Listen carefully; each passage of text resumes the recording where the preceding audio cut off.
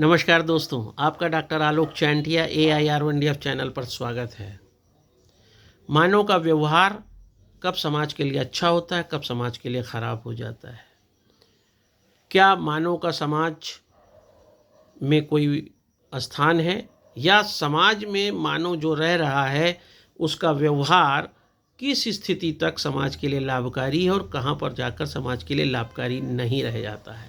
आइए इसको एक छोटे से उदाहरण से आपको समझाते हैं।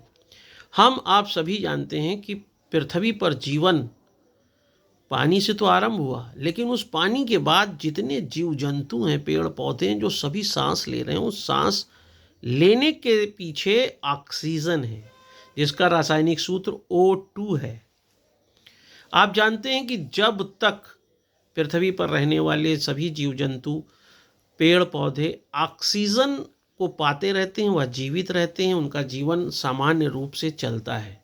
यहाँ पर यह भी समझने की आवश्यकता है कि यही ऑक्सीजन जिसे आप ले रहे हैं, आप जान ही नहीं पाते कि ये ऑक्सीजन ऑक्सीजन के रूप में इसीलिए मौजूद है क्योंकि इसके साथ साथ पृथ्वी पर एक दूसरी जो गैस पाई जाती है, जिसे आप नाइट्रोजन कहते हैं, जो 75 से 80% पाई जाती है, वह इसको नियंत्रित रखती है। वह दो ऑक्सीजन मालिक्यूल को अतिरिक्त और मालिक्यूल से जुड़कर ओजोन बनने से रोके रहती है। ओजोन हमारे शरीर के लिए अच्छी नहीं मानी जाती है, इसलिए नाइट्रोजन की उपस्थिति के कारण जीवन की स्थिति पर्याप्त रूप से बनी रहती है और हम सब जीवित रहते हैं। लेकिन यही ऑक्सीजन जहाँ पृथ्वी की सतह पर जीवन के लिए ज़रूरी है, वहीं पर ऑक्सीजन 16 किलोमीटर पृथ्वी की सतह से ऊंचे जाने पर कम हो जाती है और उससे ऊंचाई पर जाने पर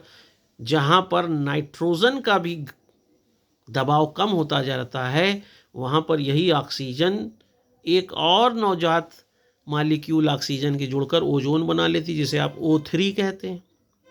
अब जो ऑक्सीजन पृथ्वी की सतह पर जीव जंतु पेड़ पौधों के जीवन को समायोजित कर रहा था, गतिशीलता दे रहा था, जीवन के परिभाषा को सुनिश्चित कर रहा था, वही ऑक्सीजन एक निश्चित ऊंचाई पर पहुंचने के बाद ओजोन में परिवर्तित होकर ब्रह्मांड से, सूर्य से आने वाली खतरनाक किरणों को, सूर्य से आने वाली पराबैंगनी किरणों को पृथ्वी पर आने से रोक देती हैं, उनको अवशोषित कर लेती हैं और इस तरह के अवशोषण से जीवन की स्थितियां ज़्यादा सुगम हो जाती हैं। स्किन कैंसर से आदमी बच जाता है, तरह बहुत सी और दूसरी बीमारियों पर से बचा रहता है।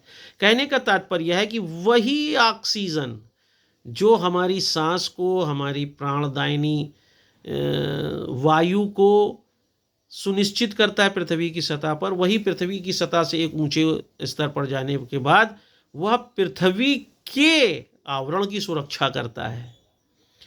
ऐसे ही समाज में कोई भी व्यक्ति परिस्थितियां बदलने के कारण उसका व्यवहार परिवर्तित हो जाता है। जो व्यक्ति घर में व्यवहार कर रहा है वह समाज में बाहर व्यवहार नहीं करेगा, जो समाज में कर रहा है वह देश से बाहर नहीं करेगा और उन सभी का उद्देश्य उसी ऑक्सीजन की तरह मानव जीवन की स्थापना होता है।